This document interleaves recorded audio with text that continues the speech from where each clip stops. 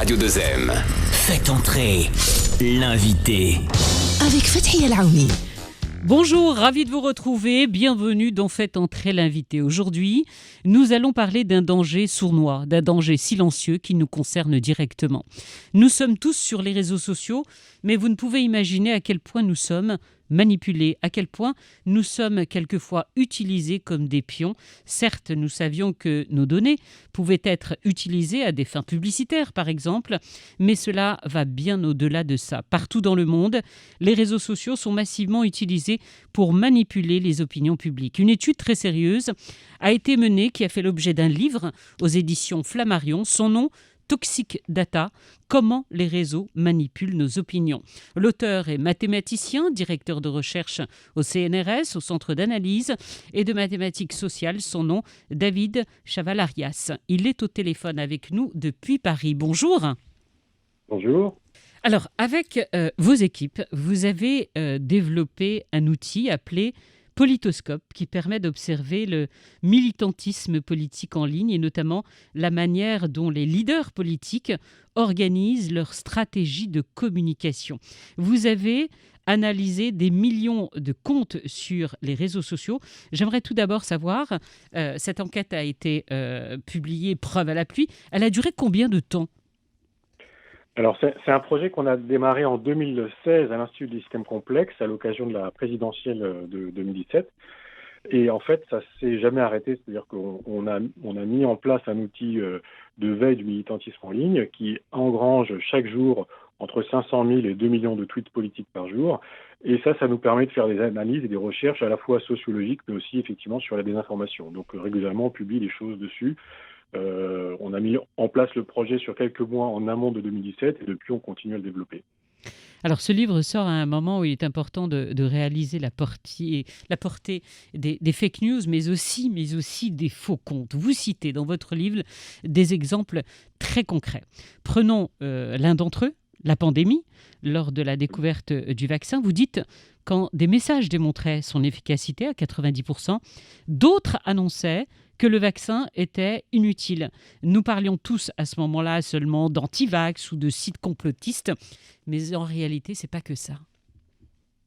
Alors, tout à fait. Enfin, donc le problème en ligne, c'est que beaucoup de gens postent des messages de manière anonyme et qu'on n'a pas accès aux données même les plus élémentaires concernant les comptes, qui sont en fait du côté de la big tech. Mais ce que l'on peut penser, c'est que en plus donc de toutes les interrogations légitimes sur le vaccin, sur les dangers potentiels, etc., il y a eu une amplification du caractère anxiogène de cette pandémie et aussi potentiellement des remèdes. Il y a eu des personnes, des acteurs qui ont semé volontairement le doute par rapport à ce vaccin pour servir leurs intérêts, qu'ils soient géopolitiques ou économiques. Et donc, il y a eu tout un ensemble de fausses informations qui sont sorties sur le vaccin, avec souvent des interprétations statistiques trompeuses et des choses qui étaient présentées complètement hors contexte. Et ça a généré effectivement en ligne des groupes très, très convaincus d'antivax qui n'auraient probablement pas été antivax naturellement. Juste pour vous donner un chiffre, ça c'est un collègue sociologue qui l'a mentionné, qui s'appelle Jeremy Ward. En France, il y avait à peu près autour de 4-5% de personnes qui, pour une raison ou pour une autre, ne voulaient pas se faire vacciner, traditionnellement, sur les vaccins. C'est monté jusqu'à quasiment 15-17% avec cette propagande anti-vax. C'est-à-dire que la fabrique de la peur autour de la vaccination et aussi la désinformation autour de l'efficacité du vaccin et des différentes mesures a fabriqué, en gros, une petite dizaine de pourcents de personnes réticentes à la vaccination. Et le problème, c'est que autant 4-5% de personnes anti-vax, les systèmes hospitaliers peuvent le supporter. C'est-à-dire qu'il y a un surplus de contamination du fait qu'ils ne sont pas vaccinés, mais ça, on peut le supporter. Par contre, 17%, ça craque. Qui est derrière cette propagande ? Alors, c'est toujours très difficile à démontrer. Donc, ce que j'essaie de montrer dans le livre, c'est que il y a une sorte de guerre de l'information et de la désinformation qui est latente en dehors même des périodes de paix entre pays, que certains pays l'ont fortement développé, notamment par exemple le Kremlin. Donc, il faut savoir que Vladimir Poutine a créé en 2013-2014 une agence qui s'appelle Agence de recherche Internet et qui est une en gros une entreprise dédiée à faire de la désinformation avec plusieurs centaines de salariés. Mais beaucoup d'autres pays se livrent à cela, y compris d'ailleurs la France sur certains territoires fait aussi ce genre de choses. Donc ça fait partie du kit, on va dire, d'influence des différents pays. Certains le font de manière plus forte que d'autres. Et concernant la pandémie, effectivement, il y avait plusieurs acteurs dont on pense qu'ils avaient intérêt à soit créer de la désorganisation dans les pays, donc certainement que côté Kremlin c'était le cas, et puis aussi donc je mentionne un exemple dans le livre où il y a quelque chose d'explicite, enfin plusieurs faisceaux d'indices qui montrent que notamment donc la Russie avait fait des essais vaccins avec AstraZeneca avec ce vaccin Sputnik qui n'était pas encore homologué en France. Et à peu près au même moment, il y a eu des campagnes pour dénigrer Pfizer et essayer de mettre en avant que AstraZeneca était intéressant. Donc là, il y a eu peut-être aussi de la coordination pour, en gros, discréditer un vaccin au profit d'un autre, là pour des intérêts plutôt économiques et après de prestige, on va dire, géopolitique. Et cette agence est connue du grand public. Donc vous parlez d'une agence de recherche Internet, donc basée en Russie, qui passerait des centaines de milliers d'heures à ne faire que ça, de la désinformation. Donc on peut aller plus loin parce que vous parlez du vaccin, mais on peut aller vous citer d'autres des exemples. Le numérique aujourd'hui qui devient une véritable arme de déstabilisation. Vous racontez comment des manifestations sont organisées également depuis l'étranger. Vous citez par exemple les États-Unis en 2016, quand le Kremlin voulait mettre Trump au pouvoir. Des manifestations sans organisateur.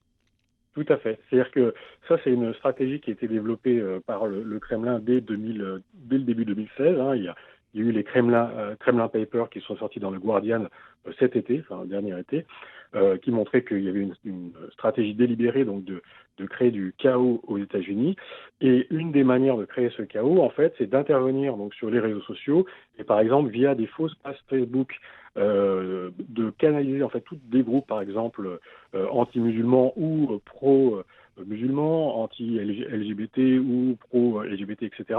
Et après de créer des événements physiques dans le but en fait de créer du désordre. Et donc il y a une commission sénatoriale américaine qui a enquêté sur les ingérences étrangères de 2016. Donc ils ont eu accès aux données de Facebook, Twitter, etc. Et ils ont vu que le Kremlin avait financé donc des fausses pages, des fausses pubs à hauteur de plusieurs centaines de milliers d'euros. Il y a la moitié des votants américains qui ont vu ce genre de contenu, et notamment, par exemple, des exemples où le même jour, des événements antinomiques, par exemple, c'était là, en l'occurrence, l'exemple que je mentionne, il y avait l'inauguration d'une bibliothèque dans un centre coranique, et donc des pages qui étaient pilotées par cette agence de recherche Internet, donc depuis Saint-Pétersbourg, ont monté des événements Facebook, l'un pour protester contre l'ouverture du centre, l'autre pour le défendre, et il y a eu après effectivement des manifestations, des gens qui se sont rendus sur place, donc pas tant que ça, mais quand même quelques dizaines de personnes, et plus un dispositif policier assez important parce que il y avait eu des rumeurs d'attentats. Donc ils sont capables, à distance, d'organiser ce genre d'événements, et il y en a eu à peu près 130 en amont de l'élection américaine de 2016. Autre exemple, autre détail sur les fameux Gremlins Papers, et là je vous avoue que ça donne un petit peu le vertige. Vous racontez dans votre livre notamment une réunion au Kremlin avec le document qui a fuité justement dans le Guardian. Est-ce que vous pouvez nous raconter? Qui était consacré, je crois, à la Moldavie, c'est ça?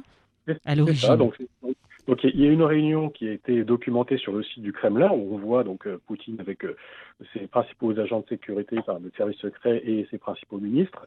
Donc la légende sur le site du Kremlin, c'est que c'est une réunion qui est consacrée à la question de la Moldavie. En fait, les papiers qui ont fuité par le Guardian donnent tout autre chose.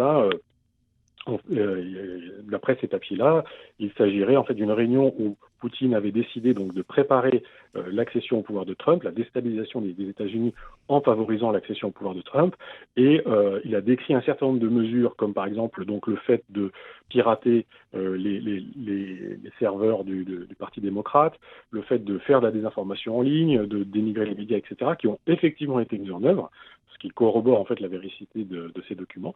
L'un des arguments, c'était de dire Trump est une personnalité instable et facilement manipulable. Il faut que ça devienne le prochain président des États-Unis.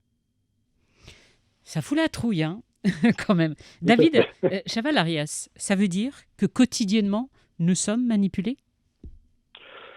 Alors, ça veut dire que en ligne, il y a des humains et puis il y a des robots et il y a des humains qui sont payés pour essayer effectivement d'influencer les opinions. Alors, ça se fait aussi dans le domaine commercial, mais si vous voulez, ce qui est intéressant, c'est que ça se fait aussi dans le domaine politique et que maintenant, toutes les armes de l'influence d'opinion qui étaient utilisées pour faire de la publicité et vendre des shampoings et des déodorants, etc., maintenant sont aussi utilisées à des fins politiques et dans certains cas, dans des événements très précis, effectivement, il y a des tentatives de manipulation. Une des plus classiques, notamment, c'est de créer tout un ensemble de faux comptes en ligne qui vont créer des liens avec la population locale sur des temps de quelques semaines, quelques mois, de créer aussi des faux sites Internet sur différents sujets. Et à l'approche d'une séance électorale, ces faux comptes vont se mettre à diffuser des fausses informations contre tel ou tel candidat. Des faux comptes avec des vrais profils, hein. Oui, tout à fait. Alors, ils sont de vraies photos, parce que c'est vrai qu'avant, si vous me le permettez, on a toujours entendu parler de ces faux comptes qui sont achetés en Inde ou ailleurs. Mais là, c'est devenu beaucoup plus professionnel, j'ai envie de dire. Un vrai profil avec des photos, avec un historique. Tout à fait. Il faut savoir qu'il y a vraiment un saut technologique, c'est en gros 5 dernières années, sur la fabrication de contenus synthétiques, c'est-à-dire fabriqués à partir de rien, qu'ils soient des photos de profil, qu'ils soient de textes ou des vidéos, ce qu'on appelle les deepfakes. Et donc, c'est tout à fait possible d'avoir des logiciels qui automatisent d'une certaine manière la vie d'un compte en ligne en produisant une fausse photo de profil qui sera mise à jour de temps en temps, en produisant des faux textes, au sens faux texte, c'est-à-dire des textes dont on a l'impression qu'ils sont vrais, qui relatent de la vie, de l'intimité ou des événements, mais qui en fait ont été écrits par une machine. Et ça permet d'automatiser des comptes qui vont être très productifs pendant plusieurs jours, plusieurs semaines. Donc de l'extérieur, on va croire que c'est des vrais comptes, mais au final, en fait, ça sera complètement automatisé, contrôlé par une seule personne. Donc une seule personne va pouvoir contrôler plusieurs centaines de comptes de cette manière-là, et le moment venu, demander à tous ces comptes de lancer des messages qui vont dans la même direction. Et donc là, il y a vraiment une industrialisation de ça qui date pas d'hier. Par exemple, en 2011, les États-Unis ont fait un appel d'offres de plusieurs millions de dollars pour développer un logiciel donc, qui s'appelle Sock Puppets, c'est-à-dire des marionnettes en gros en ligne. Et donc ça, c'était en 2011, mais donc depuis, il y a eu énormément de progrès. Et comme je vous dis, depuis 4-5 dernières années, de très très gros progrès sur la génération de fausses images et de faux textes. David Chaval-Arias, vous citez, on en revient à la crise actuelle avec l'Ukraine, vous citez par exemple le profil d'un Ukrainien totalement faux, mais pareil, avec une histoire comme s'il existait. Tout à fait. Donc, là, il y a eu, alors ça c'est... je crois, CBS News, enfin c'est une chaîne de télé américaine qui a révélé ça. Donc ils ont identifié un profil sur Twitter d'une personne qui avait donc une photo tout à fait normale, qui se présentait comme un ingénieur de l'aviation ukrainienne qui avait dû quitter son emploi suite à l'effondrement de cette aviation, qui était très remonté contre le gouvernement ukrainien, qui donnait beaucoup de fausses informations, de fausses informations de critiques. Et en fait, il s'est avéré, donc ça fait partie des comptes qui ont été supprimés par Facebook récemment, c'est Facebook qui a donné ces noms des comptes. Donc il s'est avéré qu'en fait, ce compte-là était un faux compte opéré a priori donc depuis la Russie, très probablement donc par l'IRA. Et pour pousser en fait le réalisme de ce compte-là, donc c'est toujours la télé qui le rapporte, ils avaient aussi créé un autre faux compte qui était censé être un collaborateur, une collaboratrice de cet homme-là, qui elle aussi était créée de toutes pièces. Et donc c'est toute cette entreprise de créer en fait des gens qui vont avoir l'air plus vrais que nature. Et derrière, il y a l'idée que si vous arrivez à créer suffisamment de foule en fait numérique en ligne qui vont défendre vos opinions, eh bien ça va réussir à convaincre ou votre point de vue, ça va réussir à convaincre un large ensemble de la population, et avec ça vous allez avoir un bras de levier pour faire avancer votre agenda politique ou économique. Alors dans ce livre, je vous rappelle le titre Toxic Data, comment les réseaux manipulent nos opinions. Vous parlez aussi de la publicité de Facebook avec l'utilisation de nos données personnelles, ça on le savait. Mais là vous dites, attention danger, des publicités extrêmement ciblées et qui peuvent être politiques également. Tout à fait. Alors là, c'est vraiment quelque chose qui a été industrialisé au moment de Trump. Trump a gagné en partie grâce à ça. C'est-à-dire que Facebook vous propose des outils pour faire du marketing. Donc, notamment, il y a des techniques qui s'appellent A/B testing, c'est-à-dire on va tester plusieurs messages pour arriver à trouver celui qui marche le mieux et pour après le diffuser en masse. Et donc, ces techniques ont été récupérées à des fins politiques.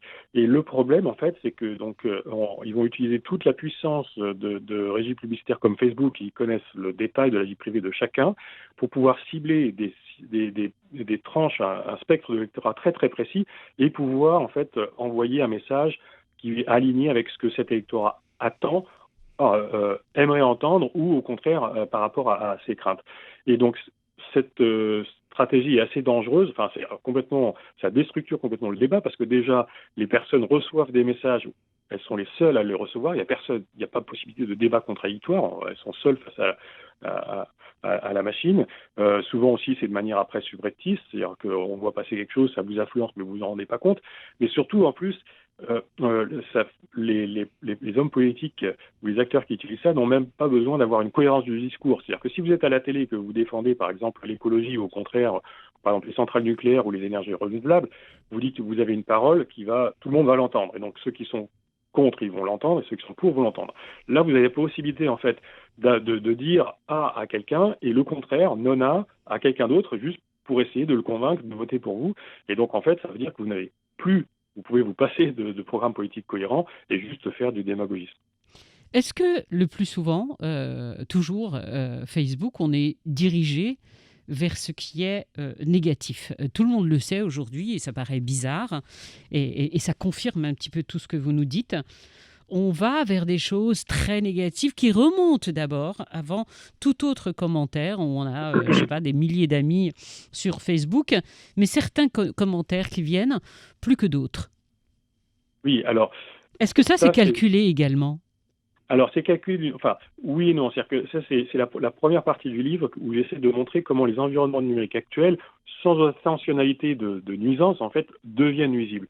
Ce qui se passe, c'est que sur une plateforme comme Facebook, par exemple, donc Facebook, c'est une plateforme qui vit de la publicité. Donc, de la publicité, c'est-à-dire qu'elle va vivre, en gros, du clic et de l'engagement de ses utilisateurs, de la dépendance de ses utilisateurs à la plateforme.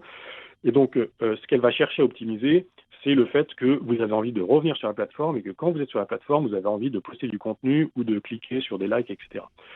Or, ce qui se passe, c'est que donc, pour arriver à faire ça, ils vont développer des algorithmes d'apprentissage machine assez sophistiqués qui va apprendre de vos actions de manière à savoir quel contenu ils vont vous montrer. Ce qu'il faut savoir, c'est vraiment très important, c'est que vous êtes sur Facebook, en moyenne, les gens ont 338 amis, il y en a qui en ont beaucoup plus.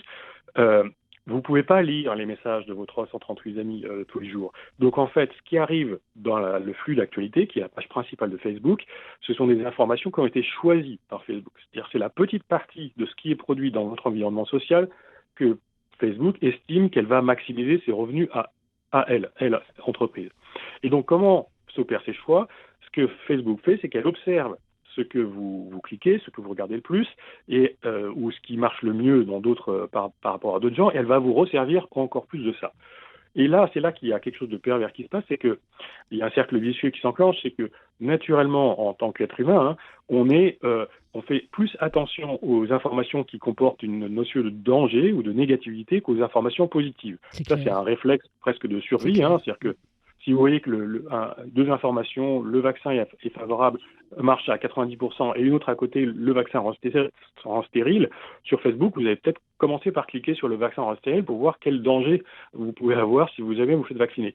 Or, Facebook va apprendre de cette action. Et donc, en fait, la fois d'après, au lieu de vous resservir encore que c'est efficace à 90%, il va vous dire ça entraîne des mutations génétiques, etc., etc. Donc, en fait, plus vous interagissez avec un environnement comme ça, plus les biais naturels que l'on peut avoir, qui sont en fait un peu un attrait vers la négativité, qui sont un réflexe simple de protection, en fait, vont être amplifiés par l'environnement numérique parce que lui va comprendre que c'est ça qui fait gagner le plus d'argent à Facebook. Et donc, il va vous en resservir plus. Et ça a été vraiment documenté notamment par des fuites de la lanceuse d'alerte France Haugen, qui a expliqué qu'en 2018, Facebook a changé son algorithme en essayant d'optimiser non plus le temps passé sur la plateforme, mais l'engagement, c'est-à-dire le nombre de clics, le nombre de likes, etc. Ils se sont rendus compte que quand on demandait aux algorithmes d'optimiser cela, au final, il y avait plus d'hostilité sur la plateforme, plus de négativité, que les gens, en gros, étaient plus malheureux, on va dire, que ça comme ça, mais ça augmentait leur profit, donc la modification a été validée. Et c'est pour ça que dans les environnements numériques, si vous voulez, comme il y a cette dépendance entre notre propre manière en fait d'agir et l'apprentissage de la machine en face, qui elle cherche à optimiser notre addiction à ces réseaux, on diverge assez rapidement vers des environnements qui sont très chargés d'hostilité et de négativité. Alors vous utilisez un mot, vous parlez de l'astroturfing, c'est quoi ? Alors l'astroturfing, c'est ce dont on parlait tout à l'heure, c'est-à-dire le fait que en ligne, vous avez la capacité de créer des faux profils et donc de créer une foule artificielle de manière à ce que les utilisateurs qui vont rencontrer cette foule, être baignés par les interactions avec cette foule, vont croire que tout le monde pense A ou tout le monde pense B. Et en fait, d'un point de vue psychologique, quand on est dans une situation un petit peu d'incertitude ou qu'on se pose des questions, on se tourne naturellement vers ses pairs, vers les gens qui sont autour de nous. Et donc, si quand vous vous tournez autour de vous, vous avez une foule qui vous dit le vaccin c'est dangereux, ça sert à rien, etc., vous aurez tendance à penser ça également. Et donc, l'astroturfing, c'est la fabrication de cette foule artificielle via la création de faux profils. Et après le pilotage de ces profils pour pousser en fait les vrais humains dans une certaine direction. Mais si ces plateformes numériques continuent d'utiliser le politique, le critère économique, la circulation de la désinformation au sein de toutes nos sociétés, est-ce que vous diriez que nos démocraties risquent d'être balayées d'un geste par ces manipulations jusqu'à monter et créer des mouvements populistes? On entend beaucoup parler de racisme, on parle d'immigration, notamment là, lors de la campagne présidentielle en France. Est-ce que tout ce dont vous nous parlez en fait partie? Tout à fait. Alors c'est vraiment le propos du livre. Ce que j'essaie de montrer, c'est que ça soit du fait de la conception des infrastructures numériques, donc qui sont orientés vers l'économie, mais pas avec une intentionnalité de nuire, ou de l'utilisation de ces infrastructures par des acteurs qui, eux, ont l'intention de nuire, la somme de tout ça fait que ça fragilise énormément les démocraties. Et ma thèse, et alors ça serait un peu plus technique à expliquer, mais c'est dans le livre, je pense que j'ai réussi à l'expliquer de manière assez simple, mais ça serait un peu long ici, mais ma thèse, c'est que vraiment, si on continue à faire en sorte que ces grandes plateformes numériques qui, quand même, oriente les opinions, la recherche d'informations de milliards d'utilisateurs. Facebook, c'est 2,8 milliards d'utilisateurs. Donc, si on continue à laisser ces plateformes, en gros, sans aucun guide et sans aucune régulation, eh bien, effectivement, les démocraties risquent d'être balayées parce que, d'une part, intrinsèquement, ces environnements vont vers la décohésion sociale. On déstructure les groupes sociaux plutôt qu'on ne les structure. Mais en plus, il y a une instrumentalisation de ces grandes plateformes numériques par des acteurs comme la Russie, la Chine et d'autres pays. Grandes puissances. Qui vont donc vers l'affaiblissement des démocraties. Et d'un autre côté, ces infrastructures numériques, on l'a vu quand elles sont déployées par exemple en Chine ou en Russie, de manière tenue par l'État, sont aussi des facteurs de stabilisation des dictatures. Donc d'un côté, vous avez les dictateurs qui sont renforcés par ces grandes infrastructures numériques, de l'autre côté, les démocraties qui sont affaiblies. L'équipe des forces peut vraiment vite basculer. Je disais en introduction un danger sournois, un danger silencieux. Vous diriez que c'est l'arme du XXIe siècle ? En tout cas, c'est l'une des armes du 21e siècle. Et effectivement, le problème, c'est que c'est assez sournois dans la mesure où, quand on est baigné dans ces environnements numériques, on ne se rend pas compte en fait de ce qui se passe de manière globale. C'est pour ça que dans le livre, je montre qu'on peut étudier les choses dans leur globalité et les restituer, les montrer. Donc, il y a plusieurs cartes un petit peu de l'environnement numérique, et je pense que c'est très important qu'on prenne ce recul et qu'on se rende compte de ce qui se passe, et qu'il y a une espèce de géographie de cette information-là, et que c'est une manière de lutter, c'est arriver à se replacer dans un contexte un peu plus large et sortir en fait du flux dans lequel on est plongé quand nous on est sur les réseaux. Et c'est pas du tout pour dire qu'il n'y a rien à prendre dans les réseaux numériques, hein. Il y a beaucoup de choses qui sont très bien à faire avec le numérique et les réseaux sociaux, mais il faut arriver à les prendre dans le bon sens. Et pour le moment, c'est pas le cas. Et c'est pas le cas notamment parce qu'en fait, si on y réfléchit, ils sont assez récents, hein. Ça fait même pas une génération qu'on est sur Twitter, Facebook, etc., quoi. Donc les politiques le savent, puisque dans certains pays, et vous citiez l'exemple de la Russie, les utilisent à outrance. Mais finalement, est-ce que nous avons les armes pour y faire face ? Nous, utilisateurs, nous, utilisateurs, sans parler des États et des politiques eux-mêmes, est-ce que nous, on a les armes aujourd'hui ? Alors, on a quelques armes quand même, hein. Donc, la première arme, déjà, c'est d'arriver à se rendre compte de tout ça et comprendre les biais cognitifs, les vulnérabilités que l'on peut avoir. Donc là, c'est vraiment un des buts de ce livre-là, c'est de faire comprendre ces choses-là. Ensuite, il y a tout un ensemble de petits réflexes à avoir en ligne, hein. Le premier, par rapport à la formation, c'est déjà de la vérifier. Souvent, on retweet ou on partage sur Facebook des choses juste parce qu'on les trouve rigolotes mais sans vérifier, alors que faut pas oublier, c'est assez facile d'essayer de vérifier sur Internet. Et si à un moment donné, vous n'arrivez pas à vérifier, c'est que tout simplement, c'est probablement faux. Ensuite, il y a aussi la manière dont on forme les groupes sociaux en ligne. C'est-à-dire que les plateformes, pour des raisons d'optimisation des gains publicitaires, vous poussent à vous faire le plus d'amis possible, parce que ça leur permet de choisir dans tous les contenus auxquels vous êtes connectés, celles qui vont les arranger le plus. Or, ça, pour vous, c'est une perte de maîtrise de votre environnement social, parce que vous allez être connecté avec des gens dont vous ne connaissez rien. Et donc, un bon réflexe, c'est vraiment essayer d'être connecté majoritairement avec des gens qu'on connaît physiquement, qu'on a déjà rencontrés. Il y a tout un tas comme ça de mesures. En tout, il y en a 18 individuelles et collectives, mais il y a effectivement tout un tas de mesures que l'on peut prendre au niveau individuel et qui, je pense, permettraient de vivre dans des environnements numériques beaucoup plus assainis. Quelques exemples encore, s'il vous plaît. Vous savez que j'ai testé, avant de vous avoir aujourd'hui, j'ai testé hier soir parce que depuis des mois, j'essaye de joindre quelqu'un justement sur le vaccin qui parlait d'une étude publiée sur Twitter qui avait énormément de commentaires. Ce monsieur, je n'arrivais pas à l'avoir. J'ai cherché absolument partout son nom, retrouver son étude. Il n'y a rien sur Internet, mais vraiment rien, aucune publication, aucun média qui a repris. Et pourtant, ce sont des milliers de commentaires sur Twitter suite à l'information qu'il a sortie, prouvant justement que le vaccin n'était pas fiable. Oui, alors par rapport à la vaccination notamment, hein, donc il y a eu des études qui ont montré que je crois l'étude ça s'appelle les 12 salopards. Enfin, ils ont trouvé qu'il y avait eu juste 12 comptes aux États-Unis qui avaient fourni à peu près 80% de la désinformation sur la vaccination. Et effectivement, donc il y a des espèces de comptes qui parfois sont opérés par des vraies personnes, mais parfois sont faux. Quand c'est opéré par des vraies personnes, parfois ils s'appuient, par exemple, un truc classique, c'est de s'appuyer sur un article scientifique en essayant de profiter du fait que le citoyen moyen ne connaît pas bien la manière dont marche la science. Et donc, il faut savoir que, par exemple, il y a des revues prédatrices qui proposent de publier à tout va un peu n'importe quoi et qui vérifient pas ce qui est publié. Et donc, souvent, il y a des études scientifiques qui sont citées dans ces journaux-là, notamment dans le côté, par exemple, danger du vaccin. Et de l'extérieur, on a l'impression que c'est quelque chose qui va aider scientifiquement, alors que tous les scientifiques savent que pas du tout. C'est vraiment juste du lait-de-bouffe.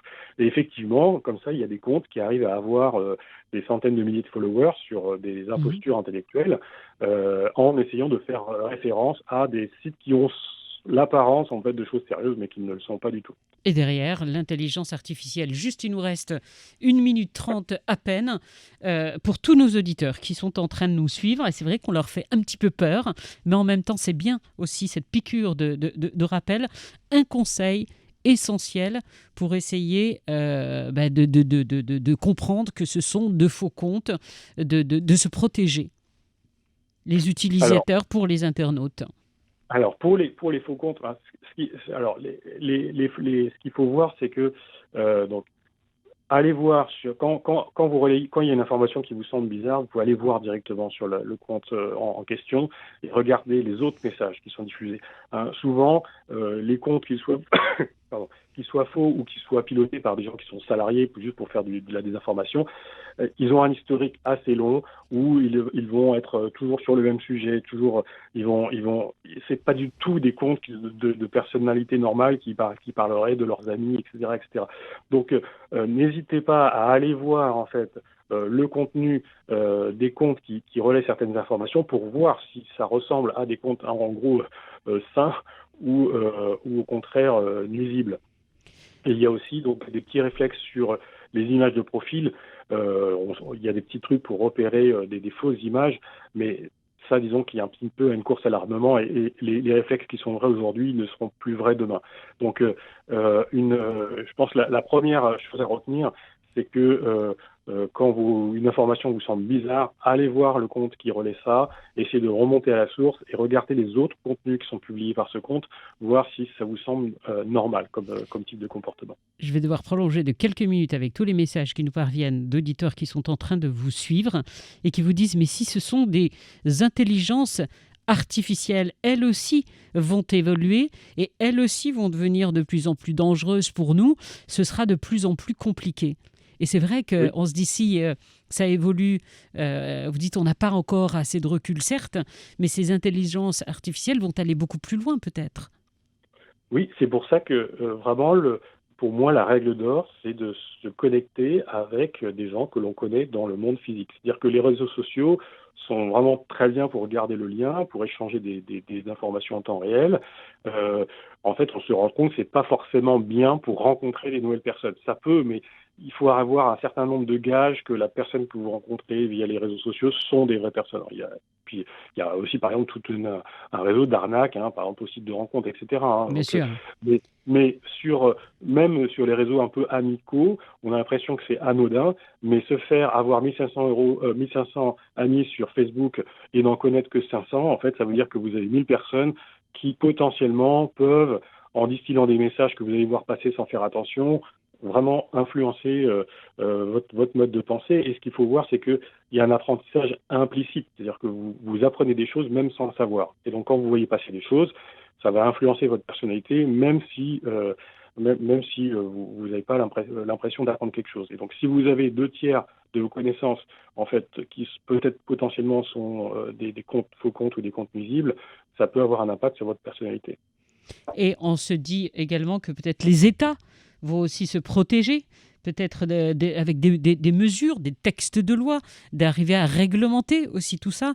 Quand vous parlez de faux comptes, ça c'est une question d'un auditeur, il vous dit depuis tout à l'heure, et nous en sommes bien conscients, on connaissait la portée des faux comptes, mais dans votre étude que vous menez depuis quelques années, je suis désolée, je lis en même temps, dans les études que vous menez depuis de nombreuses années, quand on parle de millions de comptes, est-ce que vous auriez un chiffre à nous donner sur ces faux comptes, sur cette intelligence artificielle ? Alors, j'ai pas de chiffres précis sur la globalité parce que nous, on regarde le militantisme politique en ligne avec une manière de rentrer en Twitter qui élimine pas mal de faux comptes. Donc, nous, on a estimé dans les comptes qu'on avait qu'il y avait à peu près 5% de faux comptes.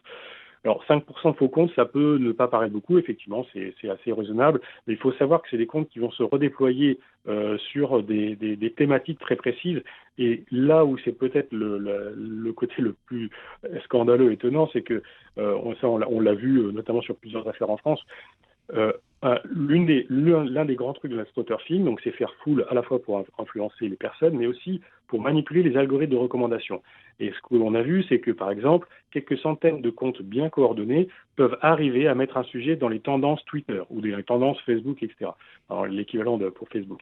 Et ça veut dire quoi ? Ça veut dire que quelques centaines ou quelques milliers de personnes très coordonnées arrivent en fait à faire lire ou à faire voir à l'ensemble du pays des choses qu'il le veut. Et c'est ça qui est très dangereux, en fait, parce que chacun a le droit de s'exprimer, donc chacun peut penser ce qu'il veut, mais quand vous avez 5000 personnes qui arrivent à monopoliser en fait l'attention de 67 millions ou 80 millions simplement parce qu'en fait ils arrivent à se coordonner et qu'ils savent comment instrumentaliser les algorithmes de recommandation des grandes plateformes, là ça pose vraiment problème. Ça veut dire des faux comptes qui peuvent lancer des campagnes de boycott, par exemple. C'est ça. Donc après, vous allez vous connecter sur votre page Facebook ou Twitter, on va vous dire « Ah, en ce moment, il y a ça qui est tendance, etc. » Exactement. Or, cette tendance aurait été fabriquée et par tout le monde va en simplement... parler, médias compris, nous, journalistes compris. Exactement. Voilà, exactement. Et donc ça c'est très documenté. Dans le livre, j'ai encore documenté sur une campagne qui visait à faire croire que la première dame de France, Brigitte Macron, était un homme. Ils ont réussi à faire passer ça en tendance pendant plusieurs jours, alors qu'ils étaient que quelques centaines. Donc... Ça, c'est un vrai problème. C'est-à-dire que ce qu'il faut bien comprendre, c'est que quand vous êtes en ligne, ce que vous voyez, c'est quelque chose de fabriqué. Et cette fabrication, à la fois, elle sert les intérêts des grandes plateformes, mais elle est aussi instrumentalisée par ceux qui cherchent à faire de la photographie et manipuler les opinions. Je vais aller fouiner sur tous mes réseaux sociaux. Dès que je vais sortir de ce studio, je rappelle le nom de ce livre, essentiel pour nous tous, très sincèrement. C'est pas pour vous faire de la pub, mais vraiment, on y apprend beaucoup de choses et on y voit tellement plus clair. Toxic Data, comment les réseaux sociaux manipulent nos opinions. Vous retrouverez ce podcast, bien évidemment, sur le site de radio2m.ma. Et puis, dans quelques instants, des extraits de cette interview que l'on partagera avec nous. Merci beaucoup, David Chavalarias, de cette interview. J'aimerais la faire durer encore plus longtemps. J'ai tellement de questions à vous poser et tellement qui arrivent. Eh ben, vous pourrez continuer. Lui, il est bel et bien réel et il pourra peut-être répondre à tous vos commentaires. Posez-lui vos questions sur les réseaux sociaux. Je vais les inviter à vous rejoindre à vous. Merci beaucoup. Je vous souhaite une excellente journée. Merci. Au revoir. Merci. Au revoir. Merci. Vivre avec vous.